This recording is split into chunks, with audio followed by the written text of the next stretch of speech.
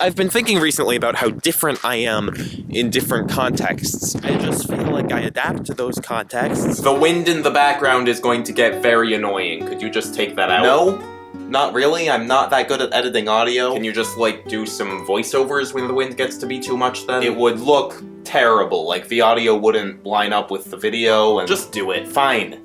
Fine. I don't know which version of me is authentic, or even if there is an authentic version of me. Are you happy? Are you happy with that?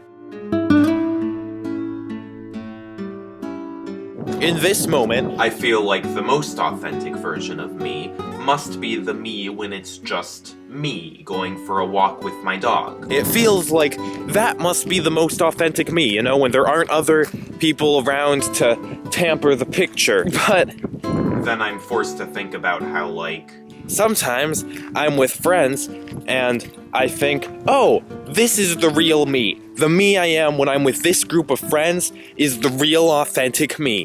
And that me is a different me than the me that is currently talking to my camera. I have no consistent sense of identity, and who I think I am switches depending on the context. And it's not that I'm lying. It's just that I genuinely have no idea what my real personality is supposed to be. And ultimately, I guess my conclusion should be that my real personality isn't supposed to be anything. It just kind of is.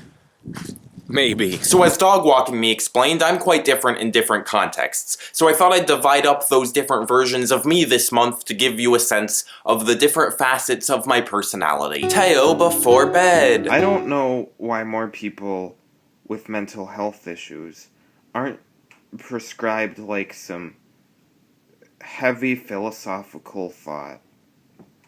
Actually, I probably know that because heavy philosophical thought probably wouldn't help a lot of mental health issues.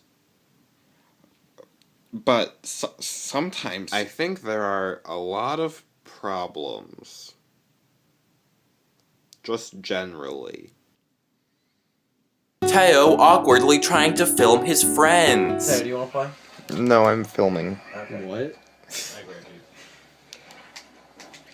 Teo. I'm not filming myself, to be clear. Yeah, you're filming No. us. We know. I'm not gonna actually use this probably, Okay. but I'm still filming. I'm done, and you're not even pointing at me anymore. Teo walking his dog. This plant looks fake. Like I don't know what kind of plant this is, but it looks really fake. Like it looks like it's just made of felt. I don't know why someone put these fake plants here, but they're clearly not real. Teo before bed, part 2. It's amazing how there are 7 billion something people on the planet. I have nothing else to say about that. It's just amazing. I feel like I can't criticize one aspect of my generation without sounding like one of those people in my generation who are like, "Rah, kids these days, you know, these other teenagers are all like on their phones all the time and on their computers, and I am out there in nature." I feel like I can't criticize one aspect without sounding like I'm just criticizing everything. I'm not very good at dealing with other people's sadness. Like, I'm okay at dealing with general sadness, you know, like a just general feeling of sadness, but I'm not good at dealing with specific sadness, like concentrated sadness. Like, what do I do? Am I supposed to say something? Should I give them a hug? You know? Should I just give them some space? Should I focus on them instead of just being self-conscious about myself? Probably that last one. One day I'll look back at these videos and I'll be curious to see myself, but I'll also be curious to just get a general feel of the times and remember these moments in history. And I also have a strong desire for history classes 100 years from now to look back at my videos as primary sources and have, like, intense debates about what my dumb YouTube videos show about the culture of America in the 2010s. Which is to say, it's time for the current events segment. The presidential race is weird.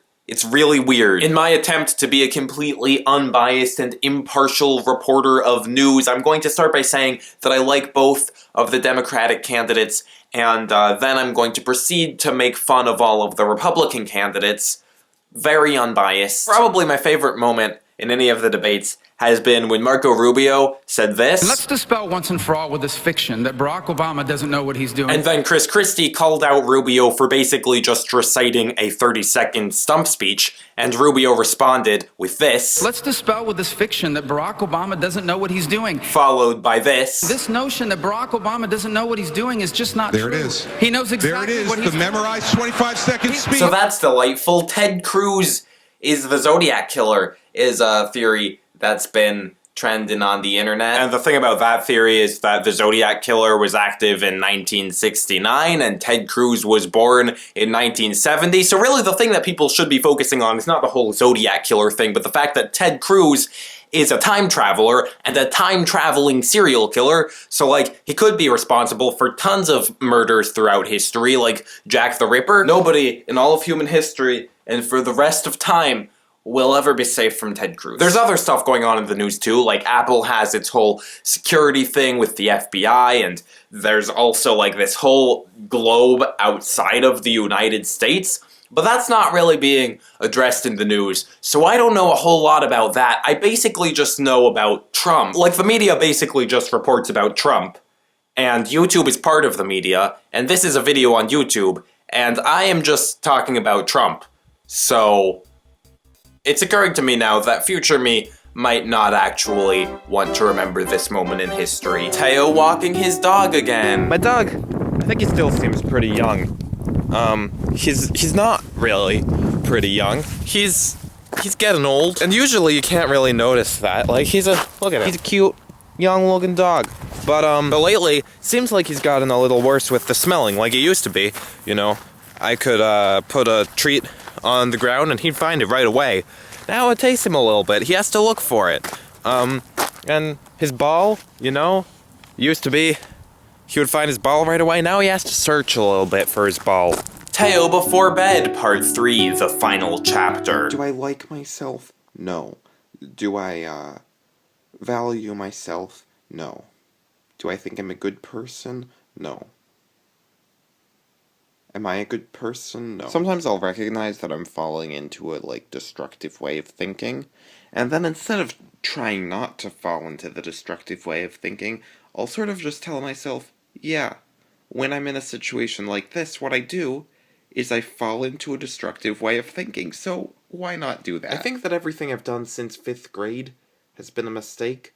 5th grade was the last year where I was making rational decisions. Sometimes I just repeat the word gay to myself mentally for a long time, and it cheers me up. Teo being gay, that's totally an altogether separate part of his personality, just don't question it. Okay, so a kid in my physics class was like, "Can I ask you a deep question?" And I said, "Sure." And he said, "Are you gay?" First of all, that's very deep. Second of all, this is a kid who has seen a bunch of my videos, and I don't think I make my queerness very subtle. He's beautiful and kind, and I love him very much. I have come out plenty of times. Hi, I'm bi. He seemed very shocked. Teo trying to think of a way to end the video. How do I end this? Teo ending the video with another of these title screens.